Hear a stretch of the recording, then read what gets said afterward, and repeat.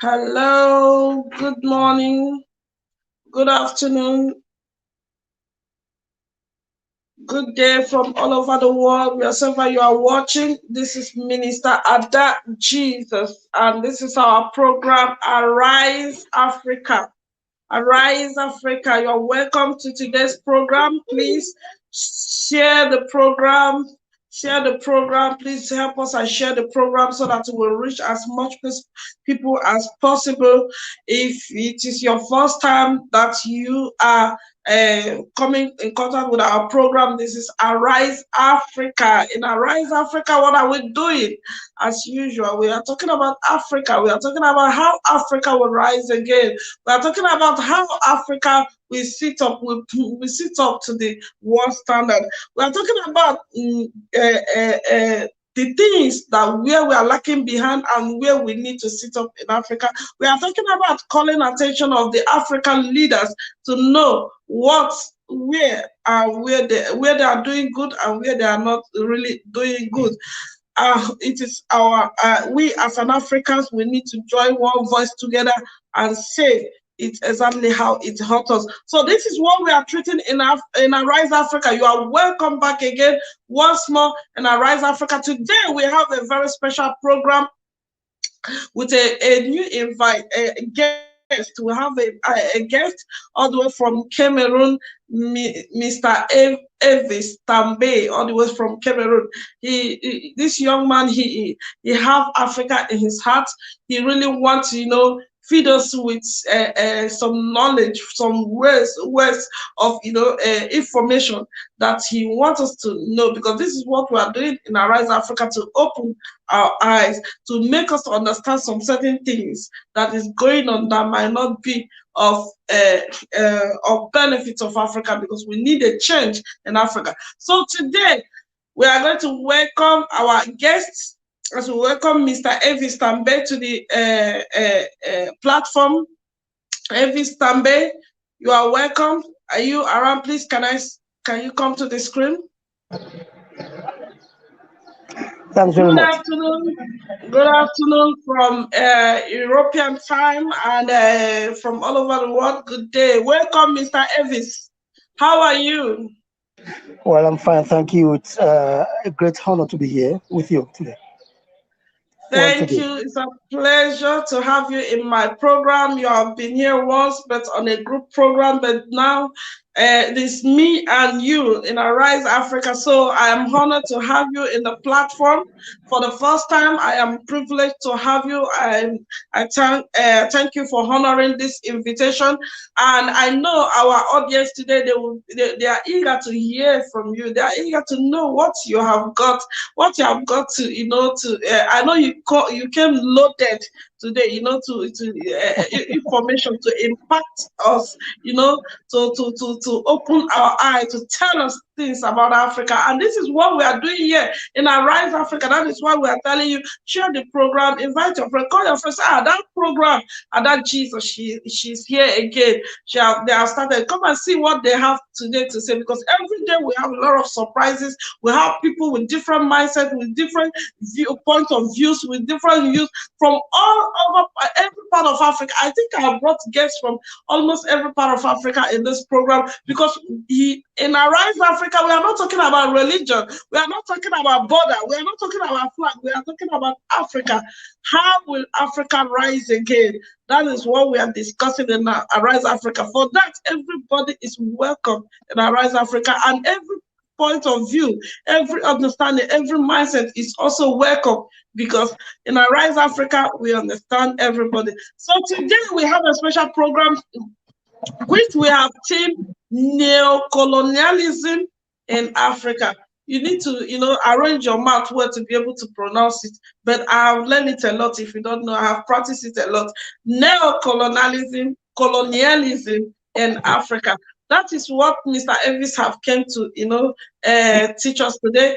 Today, Mr. Elvis, since it is only you have almost 40 minutes to deliberate on the to expatiate, to explain, expatiate, and deliberate on this topic. Okay, God bless you. You can commence. Well, thank you very much. Yeah, Mr. Elvis, I think he is trying to, fix where his camera. That was why the technicals they have moving, but he will still come back because he's preparing. He came loaded. He came loaded. He came to tell us about neocolonialism. Is Africa still? Is it true that Africa have gotten their independence, or are we still, indirectly a slave to our colonial masters? What what Mr. Elvis have got to tell us today? I am curious. I don't know about you. He's here again. Mr. Elvis, you can commence. God bless you. 40 minutes. Well, thank you. You see, as Professor Lumumba, PNO Lumumba, Professor Luoch Otieno Lumumba puts it, Africa is meat on the dining table of human civilization. And today we are reflecting on neocolonialism. And before entering into this reflection, into this concept of neocolonialism, we have to understand that neo literally means new, and then colonialism means the occupation of a power, right, of another state, a weaker state. I think that's a very simple way of putting it. And the difference between colonialism and neocolonialism lies definitely in the fact that colonialism had to do with the military occupation in of a territory, while neocolonialism had to do with getting the leadership of the decolonized territory, right, to be those people that came from that territory, even though they were answerable to the colonial masters, or what we would call the erstwhile colonial masters. Today, we are not going to talk only about the presence of the West in Africa or the Arabs. We are also going to talk about what is affecting Africa, especially now, the presence of China. As to whether the presence of China is pernicious, as has been the presence of France, the presence of the United Kingdom, I mean, pernicious to the core, especially that of France, right? We will examine it here within the 40 minutes that we have. Neocolonialism has dealt a huge blow on the continent, a very, very huge blow. We know that it was not the intention of the West, even the conceptual West, to grant independence to the colonial, the nations that they colonized. Our fathers fought, the elites of Africa did their best, and eventually the colonial masters decided to grant independence. I put that in quotes, and I deliberately put that in quotes because Africa has never actually been independent. The infrastructure of independence was barely political. The architecture was designed to continue the colonialism, but this time around, with the absence of the military in the occupied territories, but the presence of civilian forces as well as economic mechanisms. Those were shenanigans that Kwame Nkrumah and other leaders of Africa in Addis Ababa in 1963 foresaw with the accuracy of a Jewish prophet. They saw that if Africa, and Kwame Nkrumah was emphatic, right, and stressed it, that Africa must get out of Addis Ababa as one man, one nation, one army. But they heeded not, the leaders of Africa heeded not. Today, we are paying the price. The structures of neocolonialism are very, very clear in Africa. Our leaders in post-independence Africa, 80% of them were placed in power by the colonial master. 80% of them, if not all of them. And there we saw the birth of the concept of the uh, comprador bourgeoisie. The comprador bourgeoisie is that leader or that elite that is inside the government, inside the intelligence services, inside the economic infrastructure of the nation, and that reports on a daily basis to their master, who is the white man or the Arab or the Chinese. Today, Africa is a victim of neocolonialism. The question that comes up is this: when Africa sits to debate on the table of humanity, how does it do it? Does it do it as a member, or as a waiter? Or does Africa acknowledge the fact that it must be done by dint of it mustn't be done by dint of tokenism, but it must be done right as partners, putting ideas on the same level in the universe of international cooperation? Does Africa actually do that? Do we have a say on that dinner table? Do we have an economic policy that could compete with the West, or is our policies together in Africa coordinated by economic philosophies imposed by the West?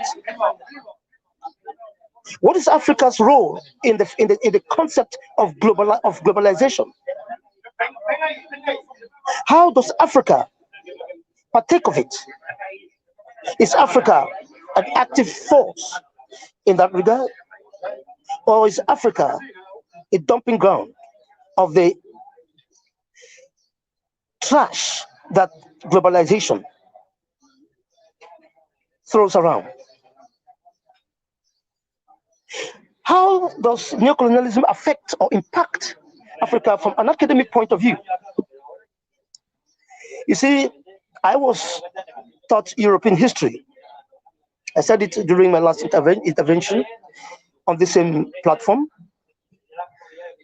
I was taught how Napoleon Bonaparte was born in Ajaccio in Corsica, in the island of Corsica, then Italy, occupied by France. I was taught how the First World War and the Second World War, right, took place in Europe, and that it extended to its tentacles extended to other parts of the world. That is with the recruitment of Africans to go and die for the cause of European powers. Where African leaders consulted before our people were taken to Europe to die for a war that had nothing to do with Africa? Were we part of the conflict? We know that Pan-Germanism against Pan-Slavism were the root causes of the First World War. As Professor Lumumba puts it, when European tribes fight, they call it World War. When African tribes fight, they call it tribal war. Recently, the president of France, Macron, was in Kigali, Rwanda. He did not apologize to the Rwandese for what happened, for the genocide that was perpetrated by the French after assassinating deliberately Abia Romana Juvenile, the then president, and then causing a genocide that would be perpetrated by the Hutus over the minority Tutsis, genocide that the French, with huge armories, stood aside and watched passively and drank wine while the blood of Africans were being spilled. Today, foreign banks are there disturbing everywhere. SGBC in Cameroon, in the Cameroons, SGBG in Guinea, Equatorial Guinea, Barclays in the Federal Republic of Nigeria and other parts of Africa, English-speaking Africa. Who own those banks? And what role do they play? How is the presence important in determining the currency that we are using in the Central African sub-region and in most of the West African sub-region? How are they contributing in creating the echo that the economic community of West Africa is about to use? How are they? Which mechanism are put in place in order to avoid devaluing the currencies, devaluing the prices of products that are taken, raw material that is taken from Africa, right, at no cost, manufactured in Europe and sold at unbearable cost to Africa? What happens with the $500 million that are kept in the treasures of France, of Paris, by the feeble economies that our continent has?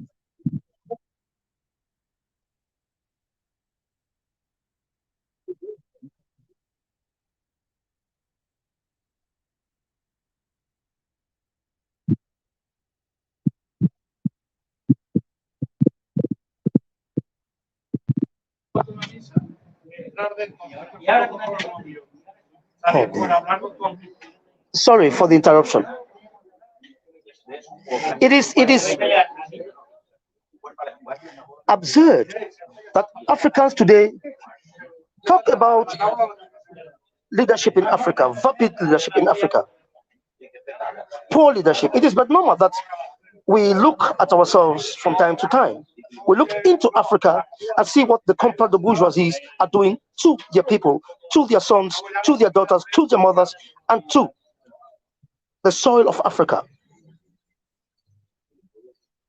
Those comprador bourgeoisies are black wolves, or better still, white wolves, right, clad in black cover, destroying deliberately the continent, using the mechanisms given to them by the masters, making policies that have nothing to do with the true needs of the continent, exacerbating corruption, and dealing a great blow on the future of Africa. This is because neocolonialism has never been viewed as a huge disease in Africa. It's because neocolonialism has not been perceived as a problem that is crippling the continent. And I do believe that neocolonialism is a very important concept that we should grapple with. We should grapple with it. We must grapple with it. Today in the Cameroons, there is conflict. The English-speaking parts of Cameroon, that is the regions of the southwest and the northwest, are fighting for nationhood, to break away from the grip of the Republic of Cameroon.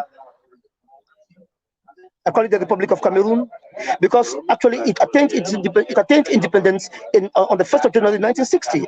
And it is but normal that when a country obtains independence, its borders are clearly defined. Southern Cameroon achieved independence on the 1st of October 1961. 1961. And the British,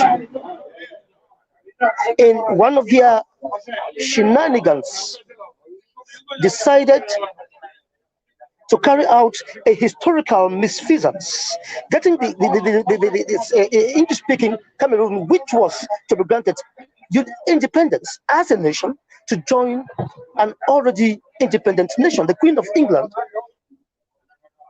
in connivance with the then President Amadou Ahidjo, sold a nation to another nation. And today, we are living the consequences of that erroneous decision. Africa, wake up. It is not time for us to go we on us. It is time for us to acknowledge the fact that definitely there is a cankerworm that is eating deep in the belly of Africa. A cankerworm, a derelict cankerworm, that has made the continent poisonous even to her own children, because of the wrong decisions that our corrupt leaders make. They are corrupt, of course, because they collaborate with the West against their own people. Because of the poor initiative in terms of making concrete arrangements that would benefit the continent when they sit on the table to speak with China, when they sit on the table to speak with European nations, instead of concretizing things that would benefit their own, they sign contracts that would keep them in power to the detriment of their own people. And the direct consequence of it is immigration. The young of Africa flee from the continent. They would rather die in the Mediterranean Sea than to sit at home and fight for their future. Because apparently the continent is futureless. We have serious states that are failed in Africa because the decolonization process was not a true one. It was a forged decolonization process. Somalia is a failed state. And it enriches the erstwhile colonial master. It enriches them intellectually, psychologically, and most importantly, economically. When they see that people are divided, and then they get into them with enticing freebies, and giving the impression that they are coming to keep the peace, while the intention in its entirety is to sweep clean the belly of that nation. Today, France is in Mali, and recently there was a coup d'etat in Mali. Today, France is in Chad, and Idriss Deby was recently assassinated. Today, Germany apologized to Namibia, acknowledging what they did during colonialism. What the president of France, Emmanuel, did not do He did not apologize to the Rwandese. All he did was acknowledge that there was an error made and that international cooperation between bilateral cooperation, between both nations had to be reestablished. When will Africa wake up? Professor Ngugi wa Thiong'o, in his book, The Decolonization of the Mind, makes it clear that the greatest process of decolonialism is that of a total brainwash, where Africans get to grips with the truism that the only way we can and must act is by understanding that we have outgrown those epochs of horsewhips and crumpling porticoes, where leadership is dictated from the United Kingdom or from Paris, where in the Cameroons, 80% of ministers are French citizens. And I think it goes same with several African countries. In a continent where when a leader is sick, they go for treatment abroad because they don't trust their sanitary system.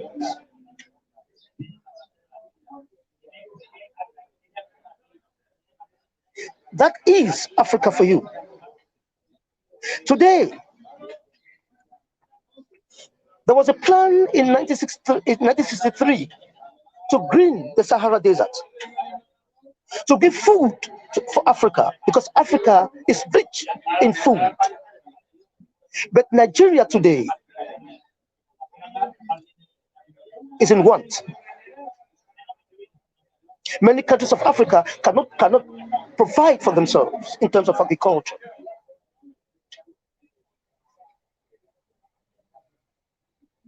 What is wrong with Africa? The answer is that it is the legacy of the West, the legacy of those that colonized Africa, that did not only colonize Africa, that enslaved Africa. Remember, Africa was enslaved, and Africa is still enslaved. What Germany did not achieve through war, they achieved it through economy. Germany under Hitler wanted to dominate the world. They could not. By dint of arms, they could not. Today, it is by the economy.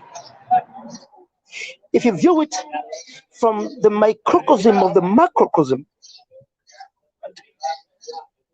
of the attitude, political attitude, social attitude, economic attitude of Germany, whose GDP is larger than the GDP of every African nation combined.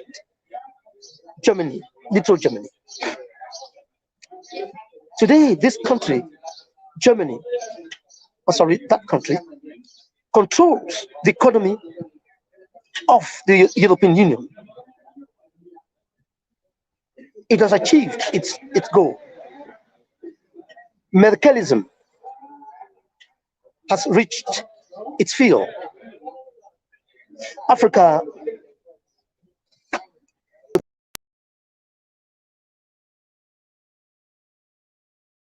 think about using her own. When we talk about greatest achievements on earth, Africans are seldom mentioned. But we have great men in Africa. We have such great authors like Professor Chinua Achebe, like Wole Soyinka of Nigeria, like Ajikwe Ama of Ghana, like Ngugi wa Thiong'o of Kenya, like Ali Mazrui of Tanzania. We cannot be talking about Africa today as if Africa became a continent yesterday. Today, Africa became a continent since its creation by God. It is the cradle of humanity. And somebody defined history, if you allow me, as not just the study of human past, but the study of the human becoming in its total reach, past, present, and future, integrally bound as the very essence of the human adventure and sometimes the cosmic adventure.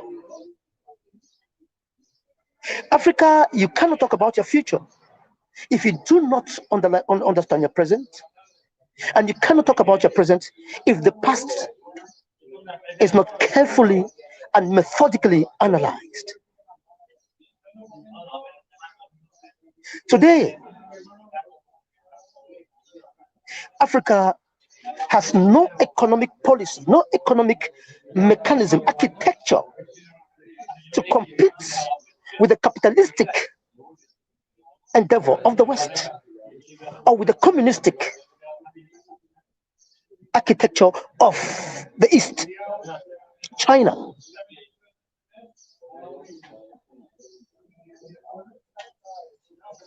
I was wondering why, when Africans sit and eat together, that the Cameroonian would stop in Bamako and they would tell him, Anna Dominique, Angata Dominique, come on, let's eat together. The same thing will be told in Kenya. The same thing will be told in Cameroon. The same thing will be told in Nigeria when the Nigerian sees you and says, my brother, let's eat together. That is a cultural architecture, a cultural habit that we could use to formulate an economic policy that would compete with those that want us extirpated. I call it communalism. I call it communalism. It is a very, very humble suggestion. Communalism could be the backbone of a huge and strong economic, a gigantic economic policy that is African, born of Africa, made by Africans, forged by African cultural identity, instead of depending on the West, instead of depending on communism from China or capitalism from France or the United States of America. We could use what we have to get what we want. The Bible says it. I do not say it, the Bible says it. And what we have is wealth. What we have is that in the Cameroons recently, 300 different kinds of minerals were discovered only in 5 states, 5 regions. That in the Equatorial Guinea, oil flows beyond proportion. In Angola, in the Federal Republic of Nigeria, the Great Nigeria. Why can Africa not withdraw back to itself and go back to the 32 odd speeches of 1963 that were issued in Addis Ababa, and then from there rebuild Africa in order to meet up with 2064 emergence agenda, or in Cameroon 2035 emergence plan by President Paul Biya.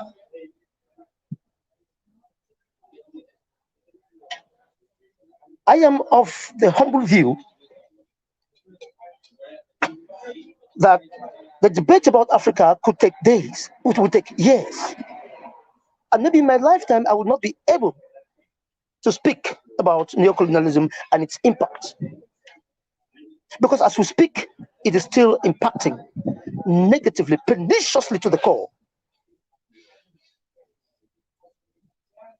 on Africa. Therefore, I suggest that we remember that we were enslaved. And after being enslaved, we were colonized. This time, they enslaved us at home. They did not take us outside. After colonizing us, they neo-colonized us. Right now, Africa for over 700 years has not known peace. The slave trade was abolished after the American Declaration of Independence by Thomas Jefferson, by Benjamin Franklin, and a host of others, which inspired on the 4th of July, 1776, which inspired the abolition of the slave trade in the United Kingdom by William Pitt the Younger and his friend William Wilberforce. But if you look at it, in the second quarter of the 19th century, the slave trade was abolished. Sorry, of the 18th century, the slave trade was abolished. But just a couple of years later, I sat in Berlin, in the Congress of Berlin, 1884-85, and partitioned the cake again. So Africa had not enjoyed liberty from slave trade, from slavery. Yet there was a shenanigan, a mechanism to recolonize, to re-enslave us, this time at home. After which we were taken directly to neocolonialism. There is a sense in which, in my most humble opinion, that Africa should wake up. Tied to the theme of Ada Jesus's program is Arise Africa. Africa, please wake up from slumber. If you are the mother of man, teach man that you are her mother. Thank you very much for listening.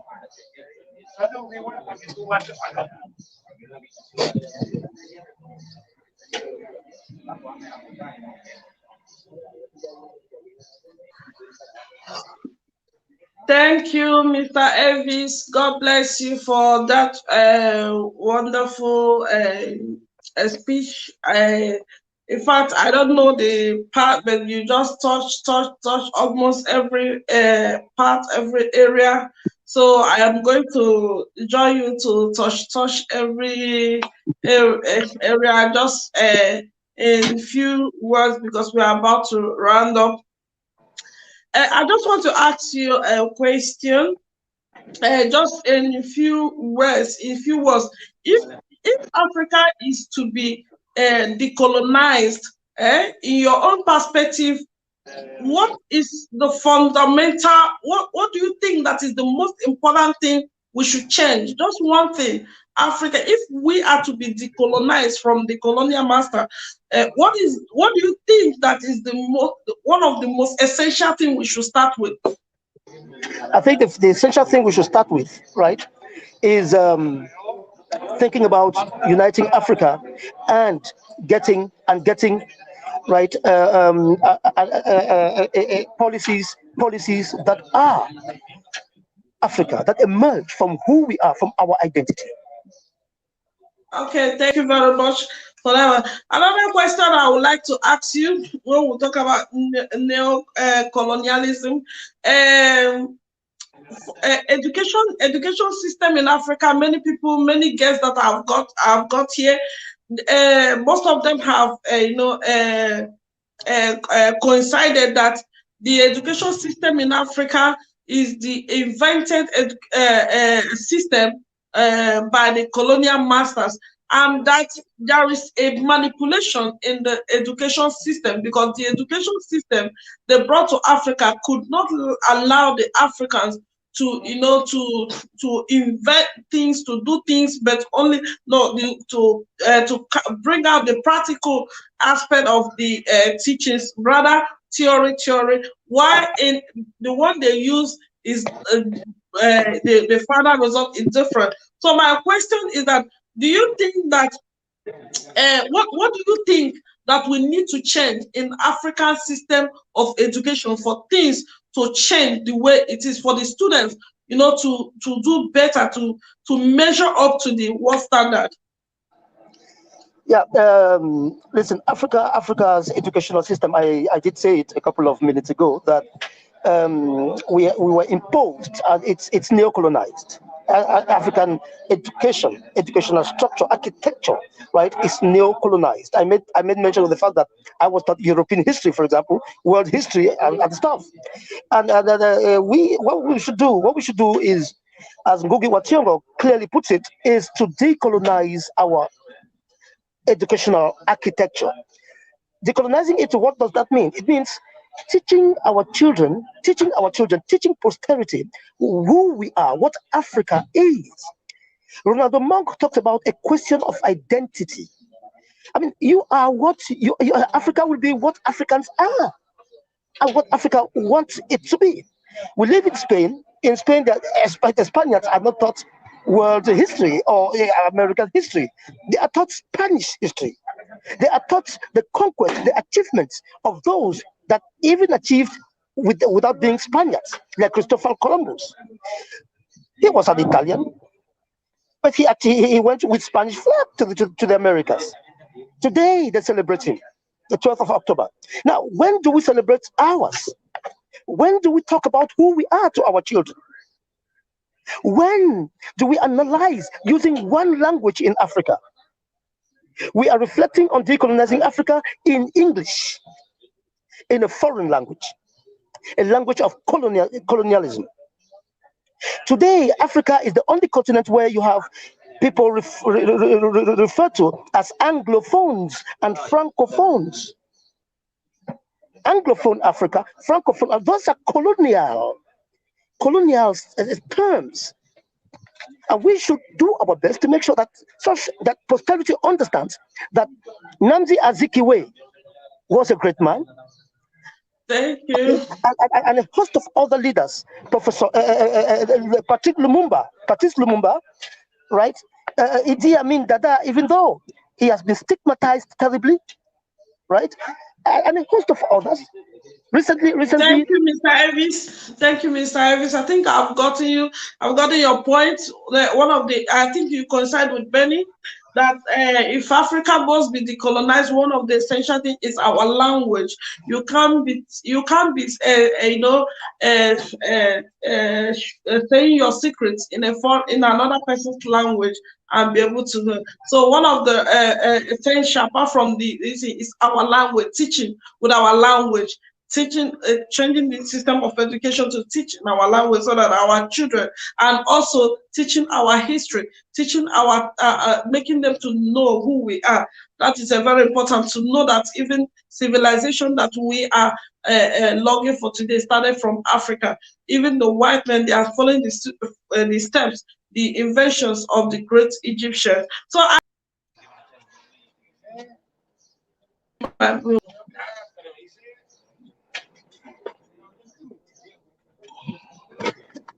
okay, think you have to see that. I just want to ask you, when we are talking about Mr. Elvis.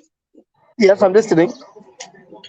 Because of your camera, so when we are talking about decolonization of Africa, neo-colonization of Africa, now you see that Chinese country, they are trooping into Africa. I watched the interview of the president the other day. He was saying in the word that Africans are begging them to come and buy them. What do you think about that? Do you think that it will in any way, even the president of Nigeria recently is asking to sign for him a bill that will allow him to borrow another millions of naira, and most of African countries have already done that. Do you think that will really help Africa to move forward, or it will put us into it will set us backward the more? Because most of them they are doing it in a way that, okay, we are going to borrow this money so that we invest in Africa, so that we invest in our nation, so that we boost our economy. Is it real? Do you think that, I know that you are not economists, but do you think that is a good idea? What do you think? Well, I will refer. I definitely take the view that Africa, that the world is interdependent, that the world is interdependent. Leopold Sedar Senghor sustained that in his that view in his thesis when he was defending the Negritude movement in the 1930s. Definitely, Africa cannot live outside the world. It is unfortunate that vapid leadership is crippling the continent and that we do not have powerful interlocutors to stand when it comes to negotiating with China, right? And with China. And that is what I called Africa being meat on the dinner table of human civilization. And that we cannot be negotiating by dint of tokenism. We should be negotiating, right, as equals, partnering, right, partnering towards the betterment of the future of all Africans. And today, you and I will agree that Africa has been impoverished, and because Africa is impoverished, a hungry man, right, goes as a beggar to the table of dialogue. A hungry man does not go with the same right that the provider of the funds that they want has. So Africa should start thinking that when it negotiates with China or with other parts of the world, especially China today, Africa should start thinking of doing such as one man.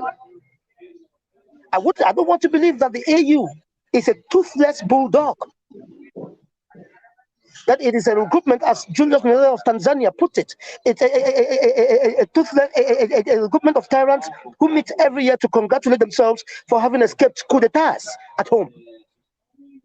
Africa, what I mean by that, in simple words, is Africa should get together, negotiate with China as one man. Come on, we can learn from the European Union. The Europeans are getting together to fight Morocco, they're fighting Morocco as one man. Yeah, thank you, Mr. Elvis. One more question before we go. Talking about negotiating together with one man as Africa, as United States or something similar. I come to area of religion. Religious and belief. In Africa we have diverse religions, and we have two great religions that rules Africa, which is the Muslim and the Christians. And it happened that out of the 56 countries in Africa, the majority are Muslims and minority are Christians. And in some of these Muslim countries, the religious is almost the same thing with the constitution of the nation. And it happens that when it comes to a time of coming together as Africans and Black, it has always been a problem because these religions have in my own perspective, have divided us, divided the mind, divided the culture, divided everything. So I don't know. Do you think that, and when you come to think about it, you see that these two religions are brought to us by the colonial masters because they are not African religions. Neither Christianity is African religious, nor Muslim is African religion. So I'm asking you, do you think that religious is the Western religious to Africa is do more harm to Africa than good? Well, I think it is not religion per se that could do harm or could do good. It is a choice we make. And that gets back to the fact that we have to always dip our hands into our identity. The Islamic religion, as you said, in countries like Mauritania, right? It's a state religion. Such occurs in other parts of the world, like in Iran, for example. Now, one thing you would know, I want to tell you, I want to talk about is that here is this. I want to make clear is this: religion is only a word. Is only a word that describes man's quest for the supernatural, for the superhuman power that be. As a matter of fact, it has impacted negatively in Africa. Karl Marx makes it clear when he says religion is the opium of the people because it sleepens the mind, not just of the black man. Religion has been used everywhere. It started with Constantine when he removed several evangelisms from the New Testament, suspended them, and then used that which he wanted, right, to get the people to honor the state. So religion is an opiate. It's a problem when it comes to analyzing and talking about issues that affect our continent. But it is not just religion, because we also have our own religions that from time to time we have to trust our hands into and then get something out of them to teach posterity. Western civilization, Western civilization has nothing to do with Christianity, which is Jewish. So they imported it, twisted it, and they used it as an arm of colonialism. They came with a gun and the Bible. But we Africans, what are we doing since we have taken cognizance of that? What are we doing to avoid that? What are we doing? That's the question. The answer is nothing. What I prescribe is this. That is my humble prescription. Africa should teach her children that they have an identity, a cultural identity, an anthropological, sociological, political identity. Africa existed before any other continent on earth. And it is unbearable to see Africa slumbering today under specific concepts like Islamism and Christianity. No. Okay, Mr. Elvis, thank you. God bless you. It has been once more. It's a pleasure having you on the platform. You have really done well. I'm pleased to have you. I hope you come again next time. I hope we'll have you again next time. I don't know. I know for me, I've enjoyed your program. I don't know about our viewers.